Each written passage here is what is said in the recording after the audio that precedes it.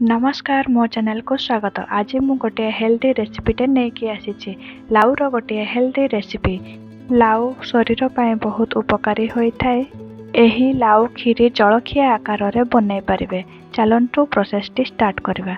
मुझे गोटे लाउ नहीं ताको भल भाव धोईकी काटी नौछि। तार चोपा सब बाहर कर नवा। लाउर मंजी गुड़ाक काढ़ी नवा।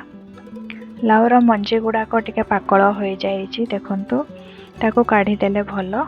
तापरे याकू पीस पीस करी काटी नवा। जेतिक लाउ दरकार मु सेतिक लाउ काटी नहीं। सब लाउ को मु काटी नहीं। खीरी पे मु एठारे गोटे काच गिनारे गिने अरुआ चाउल नहीं।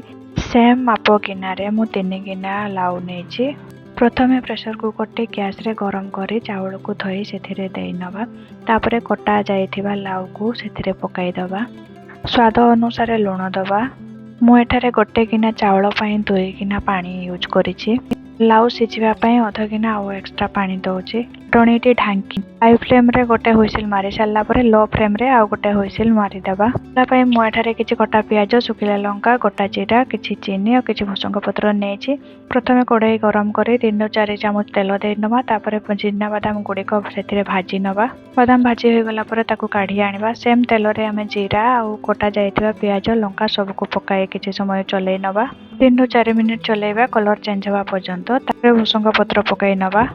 चीनी पकाई नवा। चीनी जदि पसंद नहीं आपण ताकू स्किप करि परिबे।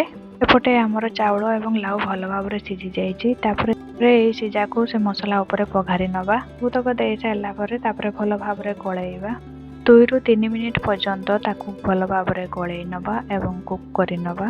लाउ खीरी हमर प्रस्तुत हो गला। एबे गोटे प्लेट को काढी आनिबा। भजा जाइतिबा बादाम को ता ऊपर पकाई सर्व करिबा। एही परी हेल्दी एवं टेस्टी रेसिपी देखिबा पई मो चैनल को सब्सक्राइब करंतु एवं केमिति वीडियोटी लागले निश्चय कमेंट माध्यम रे जणांतु। लाइक एवं शेयर मध्य करंतु। धन्यवाद।